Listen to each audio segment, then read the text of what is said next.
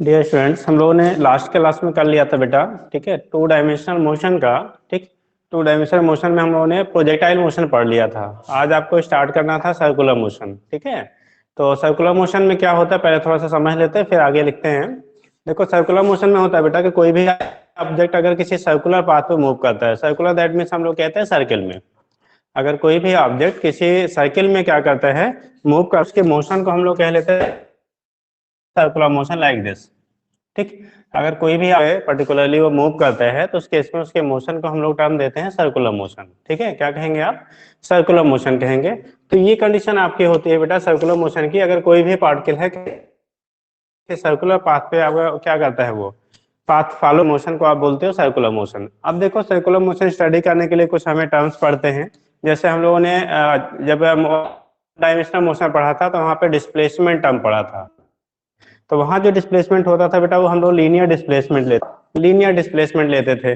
वैसे ही यहाँ पे टर्म हम लोग लेते हैं एंगुलर डिस्प्लेसमेंट। जैसे वहां पे हम लोग लीनियर कहते थे, ऐसे ही सेम कंडीशन में यहाँ पे टर्म हम लोग लेते हैं एंगुलर डिस्प्लेसमेंट। ठीक, तो देखो क्या होता है डिस्प्लेसमेंट की जब हम बात करेंगे। ठीक, तो एंगुलर डिस्प्लेसमेंट क्या होगा, लीनियर डिस्प्लेसमेंट क्या होगा, क्या में हम रिलेट करते हैं। तो पॉइंट आता है, अगर हम सर्कुलर मोशन की बात करते हैं, कहा जाता है, अगर डिफाइन करते हैं सर्कुलर मोशन, बोला जाता है if a particle circular path, ठीक, then its motion is called circular motion. Basic definition जब हम लोग अगर लिखते हैं तो बोला जाता है if a particle or object, जो भी ले लेते हैं हम लोग, particle is moving on circular path, on circular, then motion of the particle, motion of particle is called circular motion. Called क्या कहलाएगा बेटा? उसी को हम लोग सर्कुलर मोशन कहते हैं। मतलब अगर कोई भी पार्टिकल है, ठीक है, कोई भी ऑब्जेक्ट है किसी सर्कुलर पाथ में मूव करता है तो उसके मोशन को हम लोग टर्म देते हैं सर्कुलर मोशन। ऐसे कंडीशन में जो मोशन होगा उसे हम लोग टर्म देते हैं क्या, सर्कुलर मोशन कहते हैं। ठीक है, अगर पार्टिकल किस पे मूव कर रहा है, आपका किसी सर्कुलर पाथ पे मोशन करता है तो।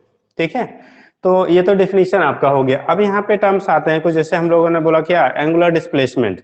ठीक, तो एंगुलर डिस्प्लेसमेंट क्या होगा कि कोई भी पार्टिकल जिस पोजीशन से स्टार्ट करता है, ठीक है, किसी सर्कुलर पाथ पे, वो कितना एंगल सब्स्टिट्यूट करता है सेंटर पे, वो कंडीशन कहलाएगी हमारे एंगुलर डिस्प्लेसमेंट। कैसे दिखाते हैं, देखो, सपोज दैट ये पार्टिकल कोई भी बॉडी है, ठीक है, किसी सर्कुलर पाथ पे मोशन कर रहा है। ये सेंटर पोजीशन हो गया, दैट इज सेंटर हो गया। इनिशियल पोजीशन हमने यहाँ पे ले लिया, ये आपका क्या है, इनिशियल पोजीशन अगर हमने कंसीडर कर लिया। सपोज दैट ये पॉइंट हमारा ए है, इस पॉइंट से ये मूव करके बेटा बी पॉइंट तक जाता है। कहाँ तक जाता है? बी पॉइंट तक जाता है। ठीक है, तो इस केस में ये जो रेडियल वेक्टर होगा, ये जो एंगल सस्टेन करेगा, ठीक है, सपोज दैट ये जो आ की वैल्यू ए से बी, ये हमारा डेल्टा या से लिया है बेटा, तो इसे हम लोग डेल्टा थीटा कह लेते हैं। जो एंगल सस्टेन करेगा उसके सेंटर पे, वो कितना हो जाएगा हमारा, डेल्टा थीटा हो जाएगा। ये आपका है ए से बी तक पार्टिकल मूव कर रही है। ठीक है, यहाँ पे कितना लिया आपने, डिस्प्लेसमेंट जो दे रहे हैं हम लोग, ठीक, जो यहाँ पे आर्क की वैल्यू आपकी है, तो यहाँ पे एंगुलर डिस्प्लेसमेंट को हम लोग दिखा रहे हैं डेल्टा थीटा से। क्या दिखा रहे हैं बेटा? डेल्टा थीटा से दिखा रहे हैं। अब यहाँ पे जो एंगुलर डिस्प्लेसमेंट आपका डेल्टा थीटा होगा, वो कैसे हम फाइंड करेंगे? आपने पढ़ा एंगल इक्वल टू होता है आर्क बाय रेडियस। रेडियस की वैल्यू हम लोग यहाँ पे आर ले रहे हैं। Radius of the circular path कितना है आपका, आर है। तो हम लोग पढ़ते हैं बेटा एंगल इक्वल टू होता है आर्क बाय रेडियस। तो अगर यहाँ पे एंगुलर डिस्प्लेसमेंट की बात करें, किसकी बात करें बेटा? एंगुलर डिस्प्लेसमेंट की बात करेंगे, तो कंडीशन क्या बनेगा देखिए।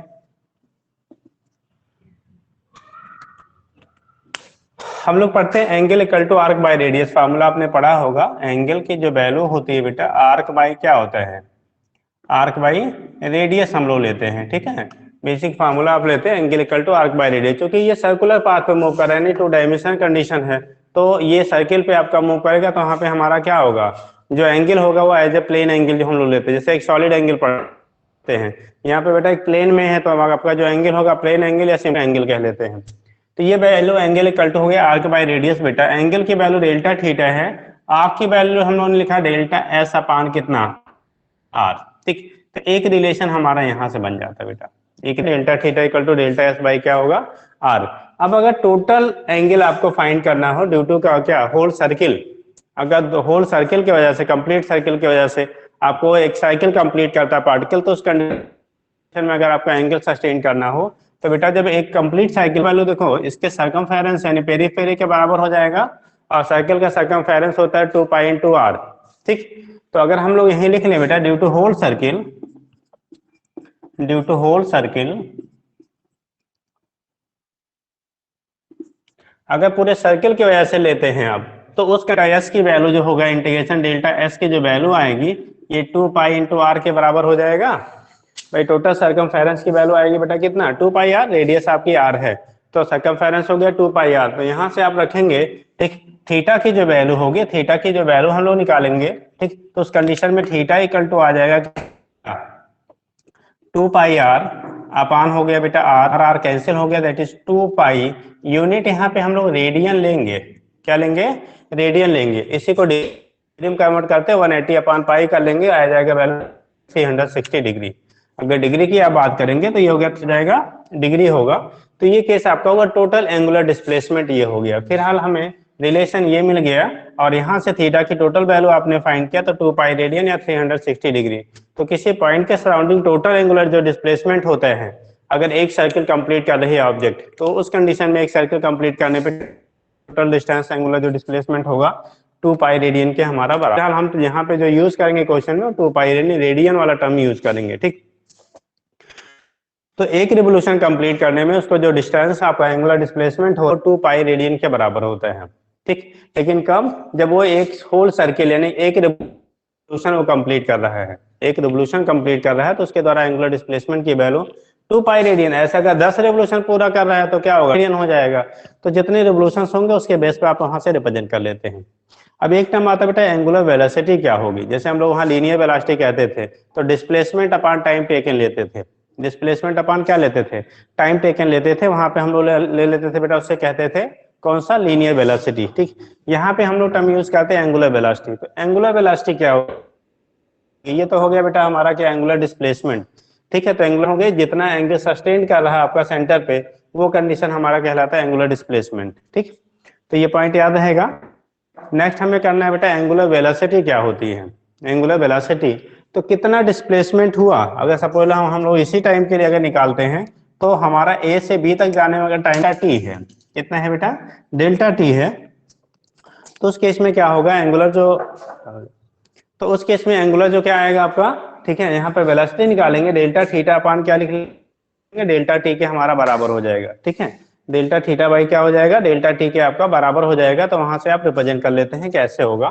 ठीक है, तो कंडीशन क्या बन रहा है यहाँ पे, अगर आप एंगुलर डिस्प्लेसमेंट और एंगुलर वेलोसिटी की बात करेंगे, तो एंगुलर वेलोसिटी क्या है, आप दो तरह से आप रिप्रेजेंट कर सकते हो। Suppose that at instant t1 जो उसका एंगुलर डिस्प्लेसमेंट वो थीटा 1 है, एंड एट इंस्टेंट t2 पे अगर उसका क्या जो डिस्प्लेसमेंट है वो थीटा 2 है, तो वहां पे एवरेज एंगुलर वेलोसिटी हो जाएगा theta 2 minus theta one upon t2 minus t1। ठीक, या उसे को डेल्टा थीटा अपान हम क्या कह सकते हैं, डेल्टा टी कह सकते हैं, डेल्टा थीटा अपान क्या ले लेंगे, डेल्टा टी। तो जब एंगुलर वेलोसिटी की हम लोग बात करते हैं बेटा, एंगुलर वेलोसिटी, ठीक है, जब एंगुलर वेलोसिटी कहेंगे तो किस रेट से वो क्या कर रहा है आपका डिस्प्लेसमेंट हो रहा है, angular display rate of change of angular displacement is called angular velocity. जैसे rate of change of linear velocity क्या डिस्प्लेसमेंट, ठीक है, इज कॉल्ड लीनियर वेलोसिटी, किसके रिस्पेक्ट में, टाइम के रिस्पेक्ट में, अंडरस्टूड है बेटा। ठीक है, तो वैसे यहाँ पे कहते हैं rate of change of angular displacement with respect to time is called angular velocity बेटा। तो लिख लेते हैं rate of change of angular displacement, angular displacement with respect to क्या, किसके रिस्पेक्ट में है, टाइम, यहाँ पे रेट हम किसके रिस्पेक्ट में, टाइम के रिस्पेक्ट में, with respect to time is called angular velocity. Angular velocity जो रेट ऑफ चेंज हो टाइम के रिस्पेक्ट में है बेटा। ठीक है, तो टाइम के रिस्पेक्ट में वैसे नहीं लिखते तो भी हम टाइम ही क्या कर लेते हैं, कंसीडर करते हैं, तो इसके रिस्पेक्ट में जो हम लिखते हैं वो कहलाता है हमारा क्या, एंगुलर वेलोसिटी। अगर कहा जाए बेटा अगर t1 टाइम पे, सपोज दैट आपका क्या है, t1 टाइम पे, इफ एट टाइम t1, ठीक है, angular displacement is, angular displacement, यहां तक दिखेगा, एंगुलर डिस्प्लेसमेंट नहीं दिख रहा,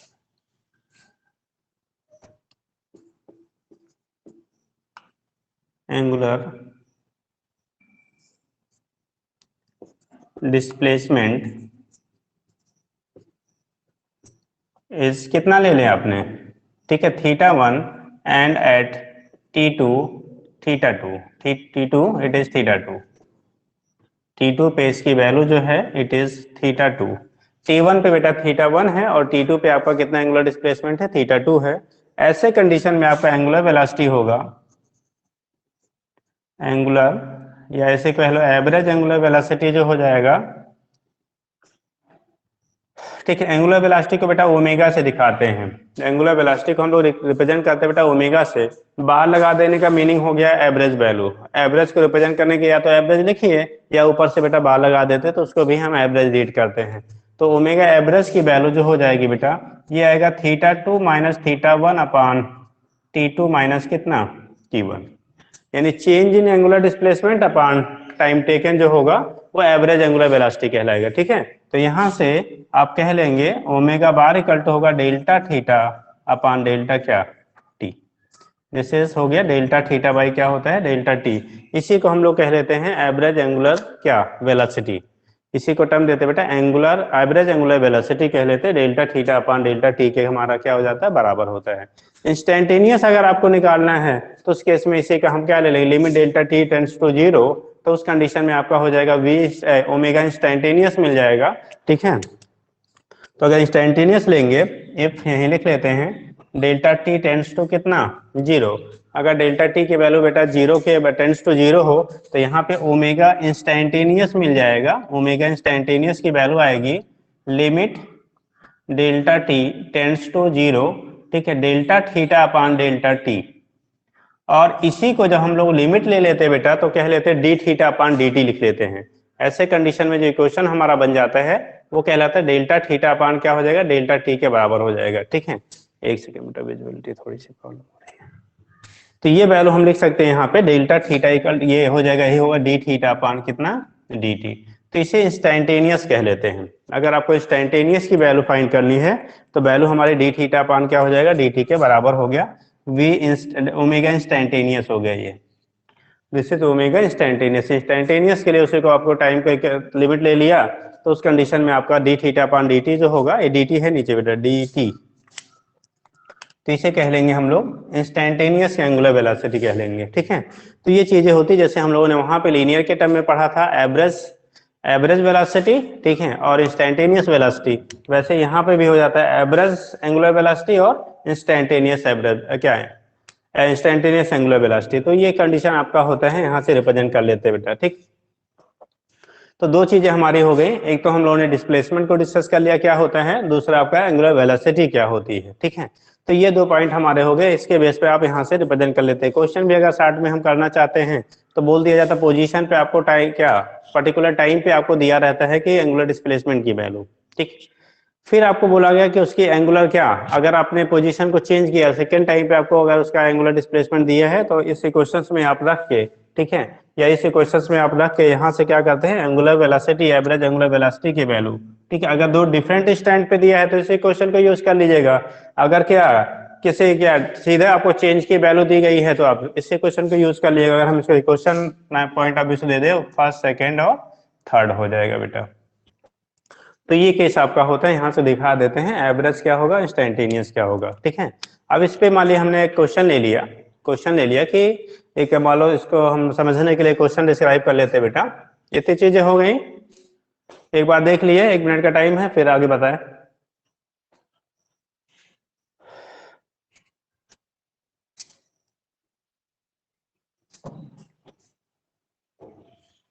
चलिए आगे देखते हैं बेटा।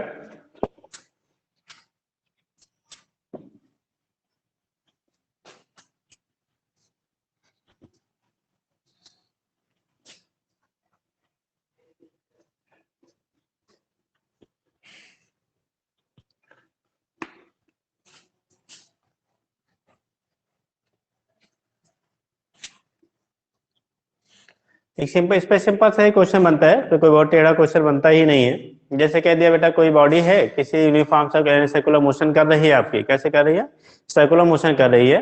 अगर उसे एक साइकिल कंप्लीट करने का, एक साइकिल कंप्लीट करने का टाइम इंटरवल दिया गया हो, तो एवरेज एंगुलर वेलोसिटी पूछ लेता है। ठीक है, जैसे कहा गया क्वेश्चन हम ले लेते, कंसीडर कर लेते हैं। ठीक है, ए पार्टिकल शूट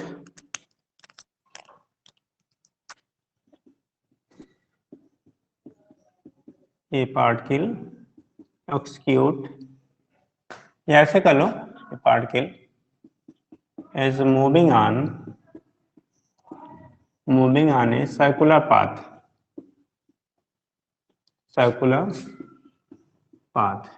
ठीक है। सर्कुलर पाथ पे कोई पार्टिकल आपकी बेटा मूव कर रही है, कुछ आगे क्या कंडीशन है, इट कंप्लीटेड 4 revolution in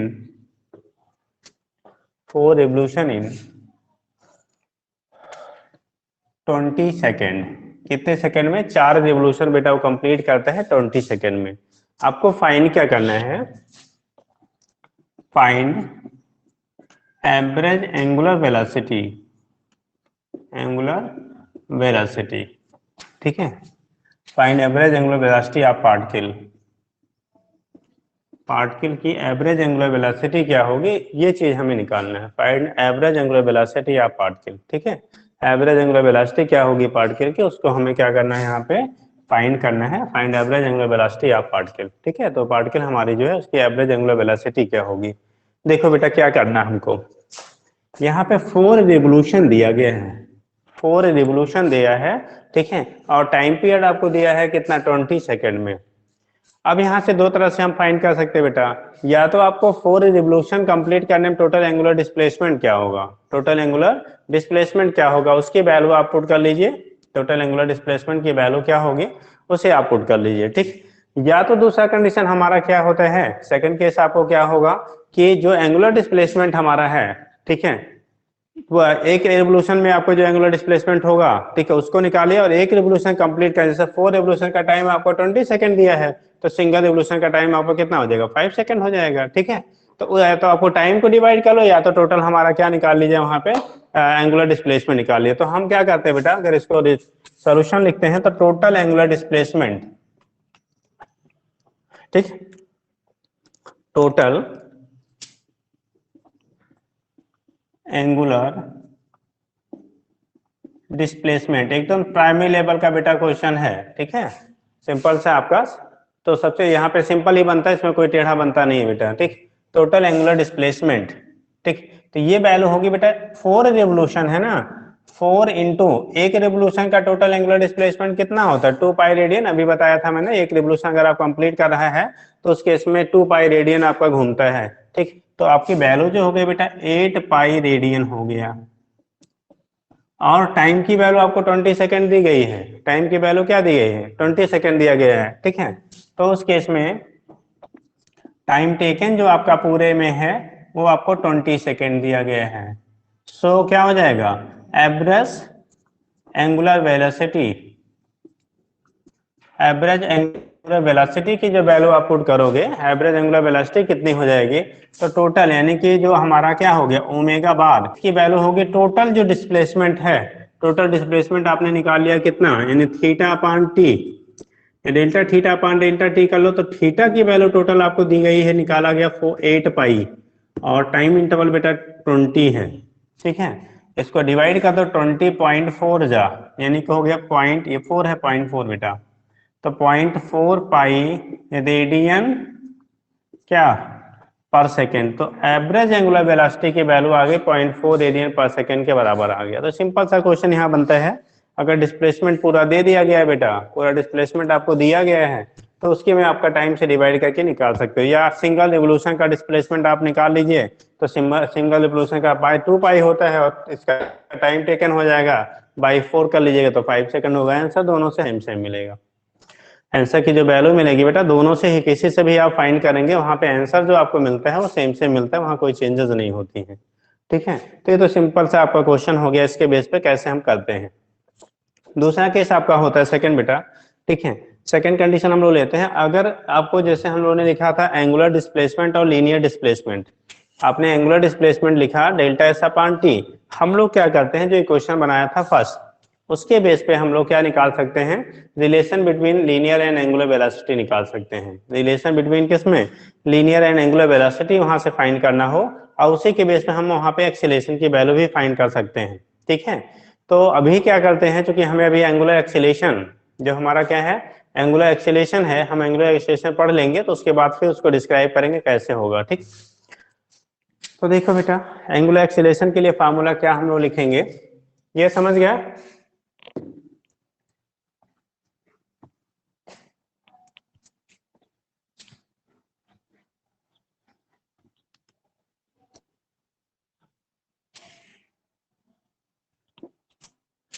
बात आ रही है आपकी एंगुलर एक्सीलरेशन।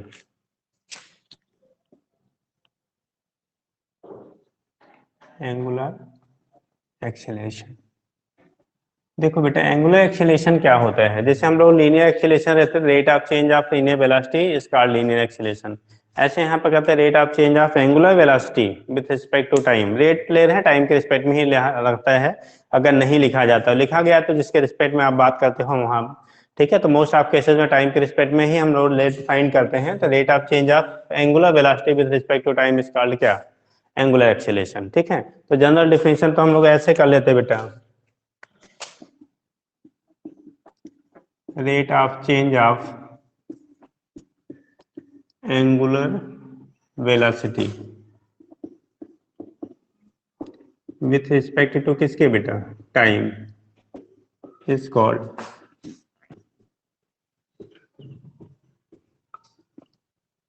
Angular acceleration.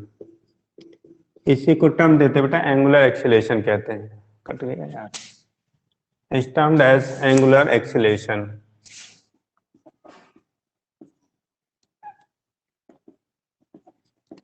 इसी को टर्म देते बेटा एंगुलर एक्सीलरेशन कह देते हैं, rate of change of angular velocity is called angular acceleration. ठीक, अब कंडीशन क्या बन रहा है, ठीक है, अब कंडीशन हमारा क्या बनता है बेटा, देखो ये केसेस हम लोग ले रहे हैं, rate of change of angular क्या velocity with respect to time is called angular acceleration. अब इसको हम डिटरमाइन कैसे करते हैं, कैसे हम निकालते हैं, ठीक है, इक्वेशन क्या बनेगा, जनरल इक्वेशन तो हम ऐसे लिख सकते हैं, एवरेज एंगुलर एक्सीलरेशन की वैल्यू जो होगी, एक्सीलरेशन एवरेज यहाँ पे हम लोग दिखा देते हैं बेटा अल्फा से, किसे दिखाते हैं, अल्फा, तो ये होता है डेल्टा ओमेगा अपान डेल्टा क्या हो जाएगा, टी। अल्फा की जो वैल्यू लिखेंगे, अल्फा एवरेज की जो वैल्यू होगी delta omega upon delta T के क्या होगा, बराबर होगा, या इसी को हम लोग लिख सकते हैं ओमेगा टू, मान लो हम उसी को पहले लिख लेते हैं omega two minus omega one upon T two minus T one, यही equal to delta omega upon delta T. ये तो डायरेक्ट हम लोगों ने डिफिनीशन के बेस पे जो रिलेशन हम लोगों ने बनाया, ये हो गया बेटा, डिफिनीशन के बेस पे अगर आप रिलेशन बनाते हो तो ऐसे लिख लेते हैं, ये है ओमेगा टू है टी टू टाइम पे बेटा एंगुलर वेलोसिटी, ओमेगा वन है टी वन टाइम पे एंगुलर वेलोसिटी, तो यहाँ से आपने डिटरमाइन कर लिया, ये डिफिनीशन के बेस पे हमारा रिलेशन होता है, on the basis of definition. लेकिन जनरली जो होता है हमारा लीनियर वेलोसिटी के टर्म में बेटा रिलेशन आपको मिलता है, जहाँ न्यूमेरिकल वगैरह मोस्टली हम लोग पाते हैं या जो दिया जाता है वो हमारा लीनियर वेलोसिटी के टर्म में देते हैं। तो कैसे इसको करते हैं, देखो हम फाइंड कैसे करते हैं, कंपेयर कैसे करते हैं, अगर कोई भी पार्टिकल है, अगर कोई भी पार्टिकल है, ठीक है, क्या कर रहा है आपका, ठीक है, किसी सर्कुलर पाथ पे मूव कर रहा है, किसी सर्कुलर पाथ में मूव कर रहा है, तो याद रखिएगा सर्कुलर पाथ पे जब भी पार्टिकल मूव करता है, ठीक है, अभी हम लोग यूनिफॉर्म और नॉन यूनिफॉर्म पढ़ेंगे फिलहाल, यूनिफॉर्म एंड क्या नॉन यूनिफॉर्म एक्सियल क्या किसका, यूनिफॉर्म सर्कुलर मोशन और नॉन यूनिफॉर्म सर्कुलर मोशन पढ़ेंगे, तो वहां पे बोला जाएगा जब यूनिफॉर्म सर्कुलर मोशन पढ़ते हैं तो उस केस में हमारा सेंटीपिटल एक्सीलरेशन काम करता है, कौन सा, सेंटीपिटल एक्सीलरेशन वहां पे केवल काम करता है, और जब हम लोग नॉन यूनिफॉर्म सर्कुलर मोशन करते हैं बेटा तो सेंटीपिटल और टेंजेंशियल दो एक्सीलरेशन हम लोग लेते हैं, सेंटीपिटल एंड टेंजेंशियल दो एक्सीलरेशन वहां पे काम करता है, तो ये दोनों में हमारा बेसिक डिफरेंस होगा, फिलहाल उसको आगे अभी हम लोग डिस्कस करेंगे, पहले इसको हम लोग डिस्कस कर ले रहे हैं क्या हुआ कैसे होगा। तो ये तो एवरेज वैल्यू होगी, अगर आप लिमिट इसी का ले लो, क्या ले लीजिए, लिमिट ले लीजिए, तो उस कंडीशन में इंस्टैंटेनियस मिल जाएगा, अगर आप इंस्टैंटेनियस लिखते हैं, instantaneous, instantaneous angular acceleration, angular acceleration तो अल्फा इंस्टेंटेनियस की वैल्यू हो जाएगी बेटा लिमिट कितना, delta T tends to 0, delta omega by delta T. इसी को क्या लिख लेते हैं बेटा जो इंस्टेंटेनियस करते हैं, डी ओमेगा अपान डी टी। जैसे वहां D V upon D T करते थे वैसे यहाँ पे हो जाएगा बाबू डी ओमेगा अपान डी टी हो जाता है। तो यहाँ पे अल्फा इंस्टेंटेनियस की जो वैल्यू होगी बेटा, अल्फा इंस्टेंटेनियस जब लिखेंगे तो ये आ जाएगा हमारा डी ओमेगा अपान डी टी के बराबर हो जाता है। तो इंस्टेंटेनियस आपका एंगुलर एक्सीलरेशन की वैल्यू हम लोगों ने यहाँ से दिखा दिया क्या होता है कैसे होगा, उसके बेस पे आप यहाँ से रिप्रेजेंट कर लेंगे। ठीक है, तो ये तो क्या होता है एंगुलर एक्सीलरेशन क्या होगा, यहाँ से आप रिप्रेजेंट कर लेते हैं। ठीक, तो एंगुलर एक्सीलरेशन की वैल्यू कैसे निकालेंगे, यहाँ से आपका रिप्रेजेंटेशन एवरेज निकालना है तो delta omega upon delta T कर लिया, इंस्टेंटेनियस निकालना है डी ओमेगा अपान डी टी कर लिया। अगर वहां पे आपको दिया रहेगा तो वैल्यू आप फाइंड कर लेंगे। ठीक, सेकेंड थिंग हम लोग लेते हैं बेटा। ठीक है, अब यहाँ पे हम लोग करेंगे कैसे। ठीक, ये तो हो गया क्या होता है कैसे होता है। दूसरी चीज होती है बेटा हम लोग रिलेशन अगर फाइंड करते हैं, जैसे पीछे हम लोगों ने लिखा था कि delta theta equal to delta theta की जो वैल्यू होती थी डेल्टा एस अपान टी से हमने निकाला था। तो अगर आपको रिलेशन निकालना है linear displacement angular displacement, linear velocity angular velocity, linear acceleration angular acceleration में, ठीक, तो इसके बेस पे हम यहाँ से अगर आप डिस्टिंग्विश करते हैं तो यहाँ से आप रिलेट कर सकते हो, उसके बेस पे हम रिलेट कर सकते हैं। अब ये तो केस हो गया हमारा क्या होता है एंगुलर एक्सीलरेशन क्या होगा। ठीक है, एंगुलर वेलोसिटी पहले कर लिया, एंगुलर डिस्प्लेसमेंट उससे भी पहले कर लिया। ठीक, दूसरी चीज होती है हम जब मोशन की बात करते हैं बेटा, किसकी बात करते हैं, मोशन की। ठीक, तो जो पार्टिकल होते हैं जब मोशन करता है सर्कुलर पाथ पे, वहां दो कैटेगरी में बांटते हैं टाइप ऑफ सर्कुलर मोशन को, एक यूनिफॉर्म सर्कुलर मोशन और दूसरा होता है नॉन यूनिफॉर्म सर्कुलर मोशन। कोई भी पार्टिकल अगर सर्कुलर पाथ में मूव कर रहा है बेटा तो उसके मोशन को हम लोग दो पार्ट में डिस्कस करते हैं, एक यूनिफॉर्म सर्कुलर मोशन, दूसरा नॉन यूनिफॉर्म सर्कुलर मोशन। ठीक है, थोड़ा बहुत आपने पढ़ा होगा पहले बोर्ड लेवल पे। देखो जब यूनिफॉर्म की बात करते हैं, किसकी बात करते हैं हम लोग, यूनिफॉर्म सर्कुलर मोशन की हम लोग बात करते हैं तो बोला जाता है यूनिफॉर्म सर्कुलर मोशन में, किसमें, यूनिफॉर्म सर्कुलर मोशन में आपका जो पार्टिकल होता है। ठीक, अब यहाँ पे भी क्वेश्चन बनते बेटा, बोला जाता है during uniform circular motion the velocity of the particle will be constant और क्या, speed of the particle will be constant और बोथ आर कांस्टेंट और नन ऑफ दिस। क्या होगा बेटा, कुछ आइडिया है किसी को, यूनिफॉर्म सर्कुलर मोशन में क्या चीज हमारा कांस्टेंट होता है, वेलोसिटी की जो वैल्यू होगी, स्पीड की वैल्यू जो होगी, या दोनों की वैल्यू या किसी की नहीं। यूनिफॉर्म सर्कुलर मोशन में क्या फैक्टर हमारा कांस्टेंट होता है बताएंगे। ये देखो यूनिफॉर्म सर्कुलर मोशन में जो होता है बेटा, ठीक है, जब पार्टिकल किसी यूनिफॉर्म सर्कुलर मोशन में होता है तो उसका स्पीड कांस्टेंट होता है। Acceleration and velocity both are changes during uniform circular motion. Acceleration और क्या होता है जो वेलोसिटी होता है वो दोनों चेंज होता है। बात आता है ऐसा क्यों, तो याद रखिएगा चेंज होने का जो रीजन है, यूनिफॉर्म सर्कुलर मोशन है तो मैग्नीट्यूड तो सेम रहेगा, मैग्नीट्यूड की वैल्यू क्या रहेगी आपकी, सेम रहती है। ठीक है, लेकिन जो चेंज आता है due to change in direction, क्योंकि वेलोसिटी और एक्सीलरेशन बेटा ये वेक्टर क्वांटिटी होता है। वेलोसिटी और एक्सीलरेशन क्या होता है आपका, वेक्टर क्वांटिटी होते हैं। तो यहाँ पे जो डायरेक्शन आपका होता है वो पॉइंट टू पॉइंट चेंज होता है, इसीलिए यूनिफॉर्म सर्कुलर मोशन हम लोग कहते हैं वेलोसिटी की जो वैल्यू होती है वो क्या रहती है, चेंज होती रहती है, बट आपका जो स्पीड होता है वो कांस्टेंट रहता है। स्पीड का मतलब केवल मैग्नीट्यूड से है, वहां डायरेक्शन का कोई रोल नहीं होता है। तो ये चीज थोड़ा सा आप याद रखेंगे। तो यहाँ पे लिखेंगे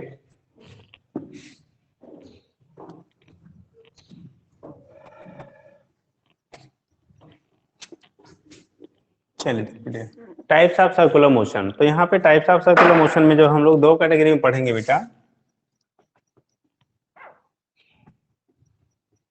types of circular motion. Types of क्या लिखा आपने, सर्कुलर मोशन। सर्कुलर मोशन के जो टाइप हमारे कैटेगरी हैं इनको हम दो पार्ट में पढ़ते हैं। ठीक है, सर्कुलर मोशन के जो टाइप्स होते हैं उन्हें हम लोग दो कैटेगरी में पढ़ते हैं। एक होता है बेटा यूनिफॉर्म सर्कुलर मोशन, दूसरा होता है नॉन यूनिफॉर्म सर्कुलर मोशन। तो एक हम लोग लेते हैं, ठीक है, यहाँ टू टाइप्स में हम बांट ले बेटा दो कैटेगरी की हम लोग स्टडी करते हैं। ठीक, एक पढ़ते बेटा यूनिफॉर्म सर्कुलर मोशन, पहला जो पढ़ेंगे हम लोग एक यूनिफॉर्म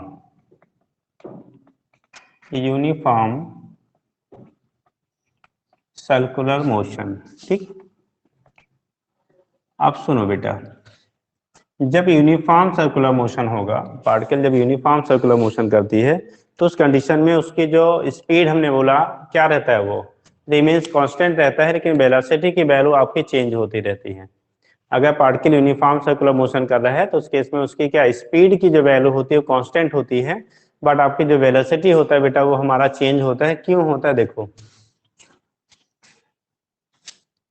ये मान लो हमने बना लिया बेटा एक सर्कुलर,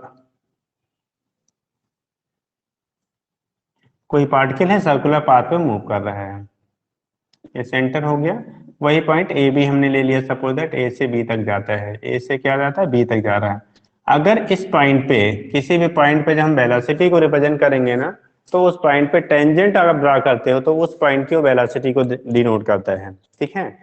सर्कुलर मोशन में अगर आप टेंजेंट ड्रा करते हो किसी पॉइंट पे वेलोसिटी के लिए, तो उस केस में वो उसकी डायरेक्शन को रिप्रेजेंट करेगा, ठीक। तो जैसे हमने यहाँ पे टेंजेंट ड्रा किया बेटा, तो इसके टेंजेंट इधर समथिंग होगा, मान लो यहाँ पे V1 है, यहाँ पे टेंजेंट ड्रा किया है, ये V2 हो गया, ठीक। अब देखो V1 और V2 डायरेक्शन हमारा क्या हो रहा है, चेंज हो रहा है ना डायरेक्शन, भाई यहाँ पे इधर है, यहाँ इधर है, यहाँ कहीं लेंगे इधर होगा, यहाँ लेंगे इधर होगा, मतलब पॉइंट टू पॉइंट हमारी डायरेक्शन की वैल्यू चेंज हो रही है। बट मॉड की जो वैल्यू हम लोगे यहाँ पे, यानी कि अगर mod of B equal to mod of B1 by B1 equal to mod of क्या होगा B2 के बराबर, यानी दोनों के मैग्नीट्यूड, ये मॉड का मतलब होता है बेटा मैग्नीट्यूड मतलब वैल्यू, वैल्यू दोनों का बराबर है, ठीक है। और इसी की वैल्यू हम मान लेते हैं कितना है, v के बराबर है। तो स्पीड यानी वैल्यू जो है वो हर जगह हमारा सेम मिलेगा। वैल्यू जो होगा अगर यूनिफॉर्म सर्कुलर मोशन कर रहा है तो उसकी वैल्यू जो होती है हमेशा सेम। सेम का मतलब जैसे अगर मान लीजिए उसकी क्या वेलोसिटी हमने ले लिया तो क्या 5 मीटर पर सेकेंड, तो 5 मीटर पर सेकेंड यहाँ भी होगा, 5 मीटर पर सेकेंड यहाँ पे होगा। रेडियन में लेंगे तो भी कंडीशन आपका एंगुलर वेलोसिटी के टर्म में रेडियन पर सेकेंड, तो भी कंडीशन जो भी रहेगी मैग्नीट्यूड आपका सेम रहेगा, ठीक है। लेकिन डायरेक्शन देखो जो है पॉइंट टू पॉइंट हमारा क्या हो रहा है, चेंज हो रहा है। तो बोला जाता है in uniform circular motion, in uniform circular motion speed of the particle will be same but velocity and acceleration, ठीक है। अभी फिलहाल हम लोग एक्सेलेरेशन डिस्कस करेंगे। तो acceleration will be changes with a time due to change in direction. किसकी वजह से चेंज हो रहा है, डायरेक्शन में चेंजेस होने की वजह से यहाँ पे आपका जो मैग्नीट्यूड होता है, ठीक है, वो तो सेम रहता है, लेकिन उसकी डायरेक्शन चेंज होने की वजह से वेलोसिटी जो होता है बेटा, हम लोग कहते हैं वेलोसिटी और एक्सीलरेशन की वैल्यू जो होती है वो चेंज होती रहती है, ठीक है। तब अगर डिफाइन करते हैं हम यूनिफॉर्म सर्कुलर मोशन को, तो बोलते हैं if a particle execute circular motion with same speed यानी कांस्टेंट स्पीड, ठीक है, देयर मोशन इज कॉल्ड क्या, यूनिफॉर्म सर्कुलर मोशन, ठीक। तो अगर डिफाइन करते हैं if a particle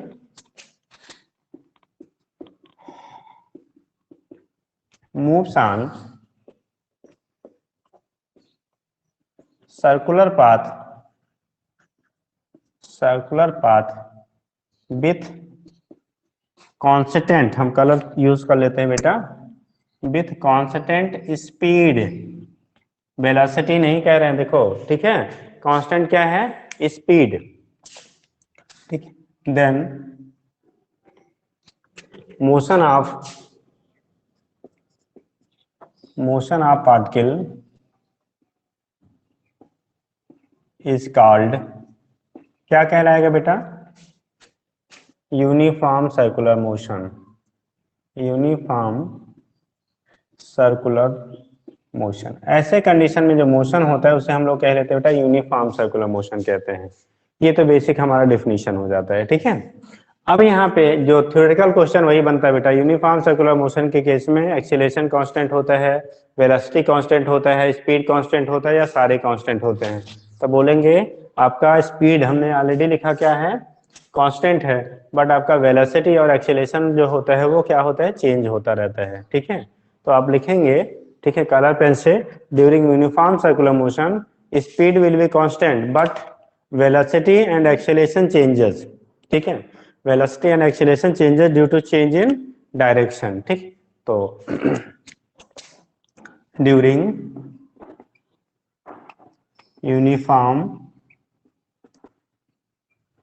circular motion, ठीक, speed will be constant, speed will be constant but velocity and acceleration changes with time due to change in direction. किसके change होने की वजह से बेटा?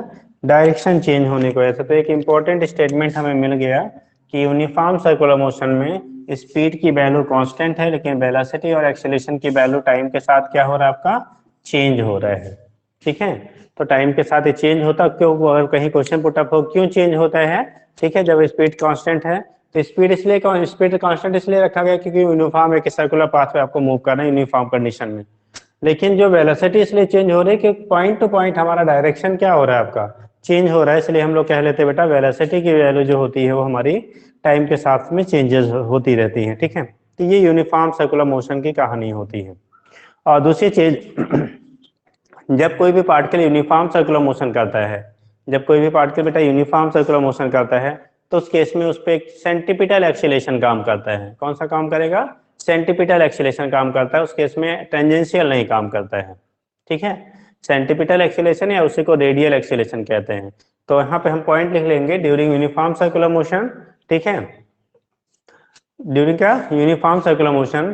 ठीक है, on particle centripetal acceleration act on the particle. उस केस में सेंटीपिटल एक्सीलरेशन पार्टिकल पे क्या करता है? आपका ऐड करता है। ठीक है, तो यूनिफॉर्म सर्कुलर मोशन में हमारा पॉइंट बन जाएगा नेक्स्ट,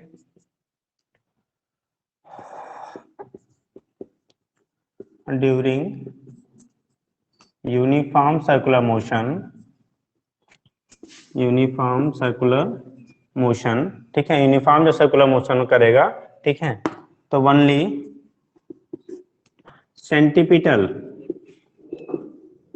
सेंटीपिटल एक्सीलरेशन, ठीक है, एक्ट ऑन द पार्टिकल। ऐसे केस में बेटा केवल हमारा सेंटीपिटल एक्सीलरेशन पार्टिकल पे क्या करता है? ऐड करता है, टेंजेंशियल नहीं लगता है। कौन सा एक्सीलरेशन होगा?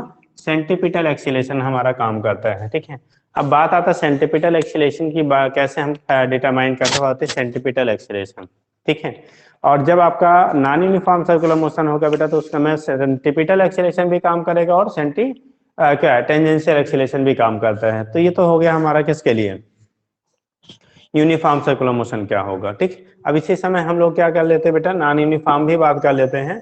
तब उसके बाद हम टेंजेंशियल एक्सीलरेशन क्या होगा, सेंटीपिटल एक्सीलरेशन क्या होगा, उसको डिस्कस करते हैं अलग से। ठीक है, एक तरीका ये है कि इसी समय सेंटीपिटल पढ़ ले, तब उस समय नॉन यूनिफॉर्म करेंगे तो दोनों कर लेंगे। चलिए लिख लेते हैं, इसी समय कर लेते हैं। तो सेंटीपिटल एक्सीलरेशन क्या करेंगे बेटा? नॉन यूनिफॉर्म डिफाइन कर ले तभी दोनों साथ में करते हैं। पहले दूसरा नॉन यूनिफॉर्म ही लिख लेते बेटा, नॉन यूनिफॉर्म सर्कुलर मोशन। पहले इसको डिस्कस कर लेते हैं, थोड़ा सा हमें डिफरेंसेस पता चल जाए, उसके बाद सेंटीपिटल और सेंट्रीफ्यूगल एक्सीलरेशन पढ़ लेते हैं।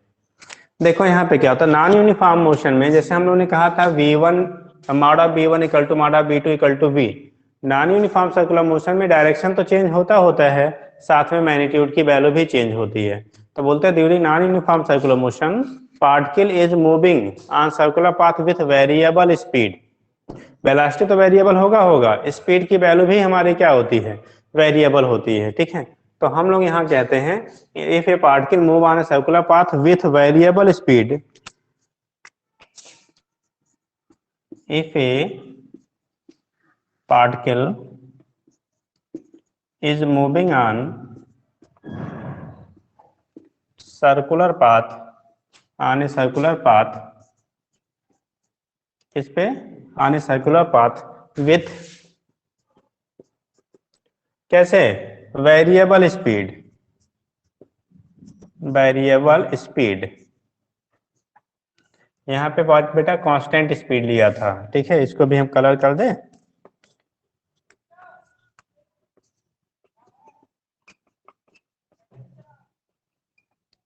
विथ वेरिएबल स्पीड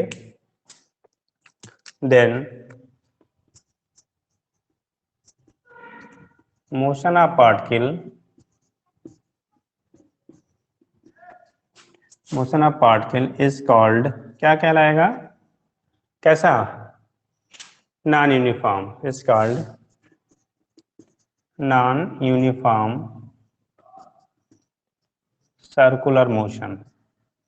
तो ऐसे केस में जो पार्टिकल होता है उसके मोशन को हम लोग कहते हैं बेटा नॉन यूनिफॉर्म सर्कुलर मोशन। क्या कहलाएगा वो? नॉन यूनिफॉर्म सर्कुलर मोशन कहलाएगा। ठीक है, इसके लिए अगर हम डायमेट्रिकली बात कर ले बेटा, ठीक है, तो ये सिचुएशन होगा। मान लो रेडियस आर सेंटर वो है, यहाँ पे वेलोसिटी हमने v1 लिया, यहाँ पे v1 लिया। मान लो इस पॉइंट पे आपने कंसीडर किया है वेलोसिटी आपने लिया था v2, ये v2 लिया। जब यूनिफॉर्म था, जब हमारा कैसा था, यूनिफॉर्म था, तो उस केस में माडा b1 इक्वल टू माडा b2 इक्वल टू b के बराबर होता था। यहाँ पे कंडीशन क्या बनेगा, माडा b1 नॉट इक्वल टू माडा कितना v2। ठीक है, ये माडा b1 और b2 आपस में बराबर नहीं होंगे, चेंज होते रहेंगे। यानी कि स्पीड और क्या वेलोसिटी दोनों हमारा यहाँ पे चेंज होता है। और जब ये चेंज होगा तो एक्सीलरेशन ऑलरेडी चेंज होगा। तो इस केस में वेलोसिटी भी चेंज होती है बेटा, और स्पीड भी हमारा चेंज होता रहता है। ठीक है, तो ये नॉन यूनिफॉर्म सर्कुलर मोशन की क्राइटेरिया होती है।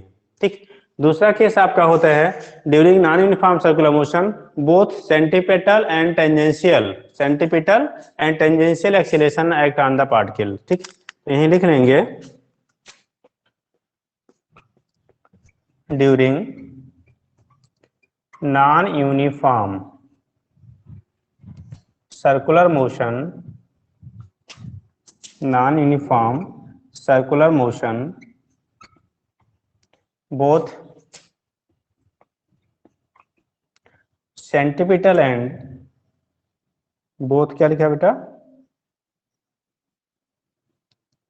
centripetal and tangential,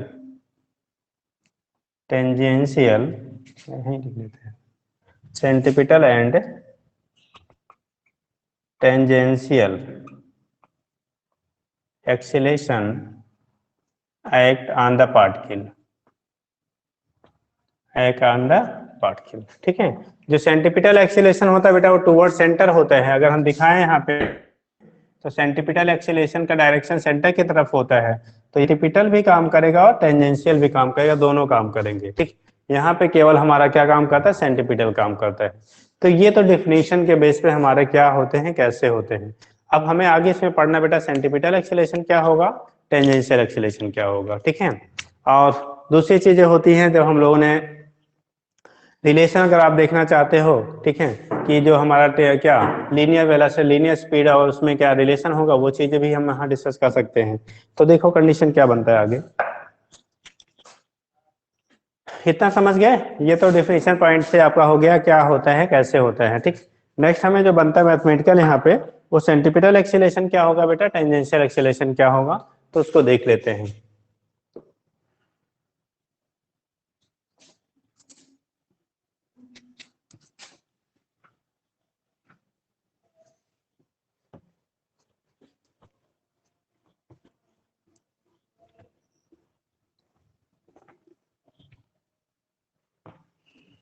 देखो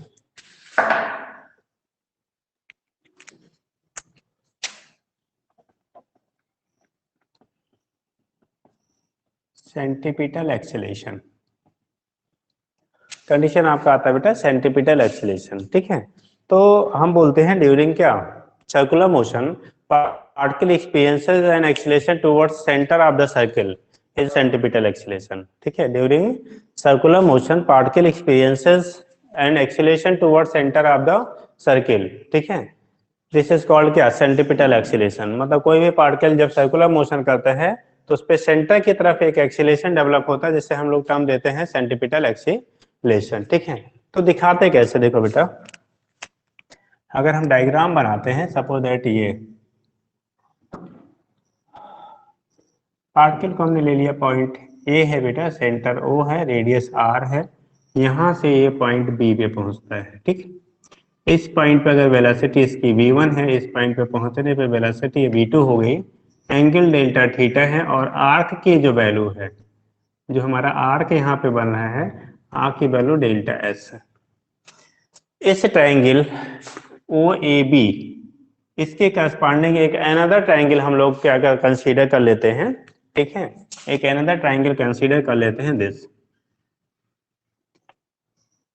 ये ओ डैश सेंटर ले लेते हैं, इसको ए डैश ले लेते हैं, इसको बी डैश ले लेते हैं। क्योंकि बेटा यूनिफॉर्म सर्कुलर मोशन में जो मैग्नीट्यूड वेलोसिटी का v1 और v2 होता है वो हमारा कांस्टेंट रहता है, ठीक है। तो ये हमारा हो गया v1, ये हो गया v2, और इनके बीच का जो चेंजेस है इसे हम डेल्टा v से दिखा देते हैं, ये डेल्टा थीटा है। एंगुलर डिस्प्लेसमेंट जो है ये डेल्टा कितना है बेटा, थीटा है। ओ डैश ए डैश बी डैश इसे ले लिए, यार कुछ और आप कॉन्स्टेंट कर दिए, जैसा भी आप दिखा दीजिए। अब हम लिखेंगे क्या, ठीक, सेंटीपिटल एक्सीलरेशन जब आप कैसे आप निकालते हो तो इस वाले ट्रायंगल को इस वाले ट्रायंगल से हम लोग कंपेयर करेंगे, इस वाले ट्रायंगल को इस वाले ट्रायंगल से क्या करेंगे बेटा, कंपेयर करेंगे, ठीक है। तो उस केस में कंडीशन होता है इफ ए पार्टिकल, यहाँ पे डिफाइन कर दे बेटा,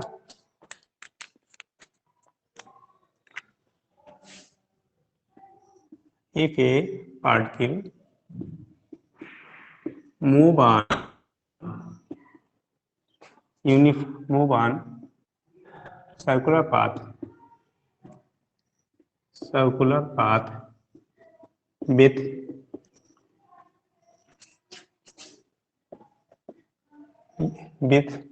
ठीक है constant speed then it experienced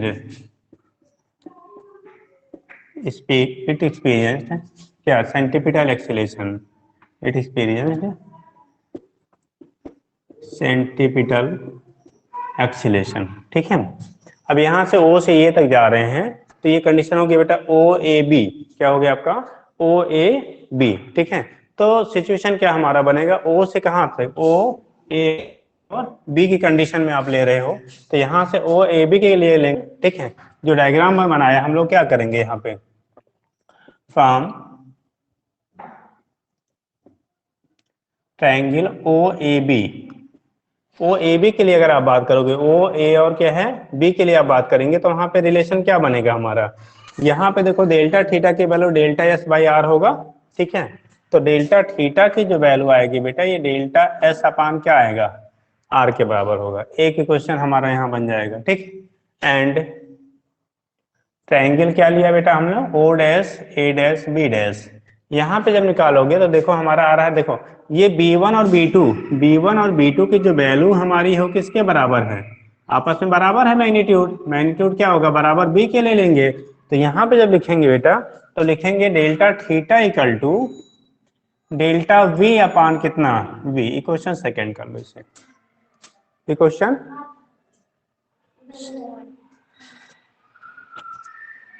second हम लोग कर लेते हैं। तो इक्वेशन सेकेंड हमारा क्या होगा बेटा, ठीक है, डेल्टा थीटा की वैल्यू डेल्टा वी अपान क्या हो गया, वी के बराबर हो गया। यहाँ डेल्टा थीटा की वैल्यू डेल्टा एस अपान किसके बराबर हो गया, आर के बराबर हो गया। तो यहाँ से रिप्रेजेंट करेंगे अगर इन दोनों रिलेशन को, तो आएगा बेटा delta S upon R equal to delta V upon क्या हो जाएगा, वी हो जाएगा, हो ना। हम करते क्या है इसमें, ठीक है, दोनों साइड डिवाइड कर लेते हैं बेटा, किससे, डेल्टा टी से दोनों साइड में हम डिवाइड कर लेते हैं। तो देखो कंडीशन थोड़ा सा शिफ्ट करते हैं बेटा, तो डेल्टा वी निकालोगे, ठीक है, तो डेल्टा वी की जो वैल्यू होगी डेल्टा वी इक्वल टू, यहाँ पे वी को इधर शिफ्ट कर रहे हैं तो V into V by R कर लेते हैं और डेल्टा एस हम कर लेते हैं, कोई दिक्कत तो नहीं है, थोड़ा शिफ्टिंग किया, delta V equal to V, ठीक है, into delta S upon R था तो बी बाई आर, चूंकि वी भी कांस्टेंट है आर भी कांस्टेंट है, इंटू हमने कर लिया एस की वैल्यू। ये बना लेते हैं क्वेश्चन थर्ड। इक्वेशन थर्ड को यहाँ पे हम लिख लेते हैं by equation first and second, by equation first and second. तो इक्वेशन थर्ड को क्या करते हैं, टाइम के रिस्पेक्ट में डिफरेंशिएट कर देते हैं, ठीक। Dividing question third with dividing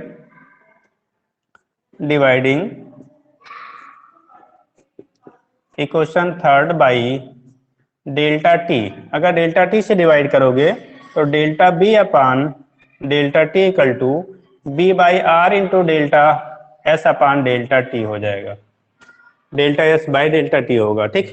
अगर यहीं पे ले लेते delta T, if delta T tends to क्या जीरो, तो यहाँ पे हो जाएगा लिमिट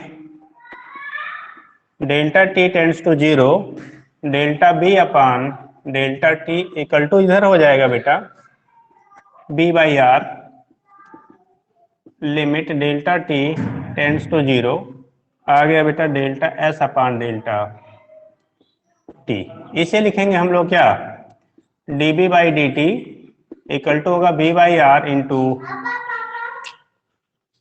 डी एस अपान क्या डी टी। तो D B upon D T जो होता है बेटा इसे हम लोग कह लेते हैं ए इक्वल टू हो जाएगा बेटा वी बाई आर, और D S upon D T जो होता है वो हो जाता है हमारा बी। ठीक है, D S upon D T क्या होगा, वी हो जाएगा। तो V into V that is हो जाएगा बेटा वी स्क्वायर बाई कितना आर। तो ये सेंटीपिटल एक्सीलरेशन जो होता है उसकी वैल्यू हमारी आती है बेटा वी स्क्वायर बाई क्या होगा आर के बराबर होगा। This is known as centripetal acceleration. इसी को हम लोग कह लेते हैं सेंटीपिटल एक्सीलरेशन की वैल्यू क्या होगी वहां से आप रिप्रेजेंट कर लेते हो। तो ए की वैल्यू हो गया बी स्क्वायर बाई क्या हो गया आर हो गया, ये हमारा सेंटीपिटल एक्सीलरेशन हो गया। दिस इज नोन एज क्या, सेंटीपिटल एक्सीलरेशन। तो सेंटीपिटल एक्सीलरेशन की वैल्यू जो हो गई ए की वैल्यू बी स्क्वायर बाई क्या होगा आर के इक्वल हो जाता है बेटा। ठीक है, तो this is known as centripetal acceleration. और ये तब हमारा लगता है जब हम लोग कैसे यूनिफॉर्म सर्कुलर मोशन, जब नॉन यूनिफॉर्म सर्कुलर मोशन करेंगे तो सेंटीपिटल भी काम करेगा और टेंजेंशियल भी काम करेगा बेटा। तो नॉन यूनिफॉर्म सर्कुलर मोशन हम लोग कल डिस्कस करेंगे। फिलहाल अभी आप इतना देख लिया, सेंटीपिटल इसी को एसी से रिप्रेजेंट कर सकते हैं। सेंटीपिटल एक्सीलरेशन जो होता है वी स्क्वायर बाई आर के बराबर होता है। अगर आपका पार्टिकल यूनिफॉर्म सर्कुलर मोशन कर रहा है तो उस केस में केवल सेंटीपिटल एक्सीलरेशन क्या एक्सपीरियंस करेगा, और जो वैल्यू आएगी वो बी स्क्वायर बाई आर के बराबर होगी। जब नॉन यूनिफॉर्म सर्कुलर मोशन करेगा तो सेंटीपिटल तो लगेगा, साथ में वहां पे टेंजेंशियल एक्सीलरेशन भी काम करेगा बेटा। तो क्या होगा, ठीक है, नॉन यूनिफॉर्म के केस में रिजल्टेंट क्या होगा ये चीजें हम लोग कल डिस्कस करेंगे। आज फिलहाल आपका हो गया यहाँ तक सेंटीपिटल। अब इस पे बेटा क्वेश्चन कर लीजिएगा, कल हम नॉन यूनिफॉर्म समझाने के बाद फिर क्वेश्चन कुछ करा देंगे।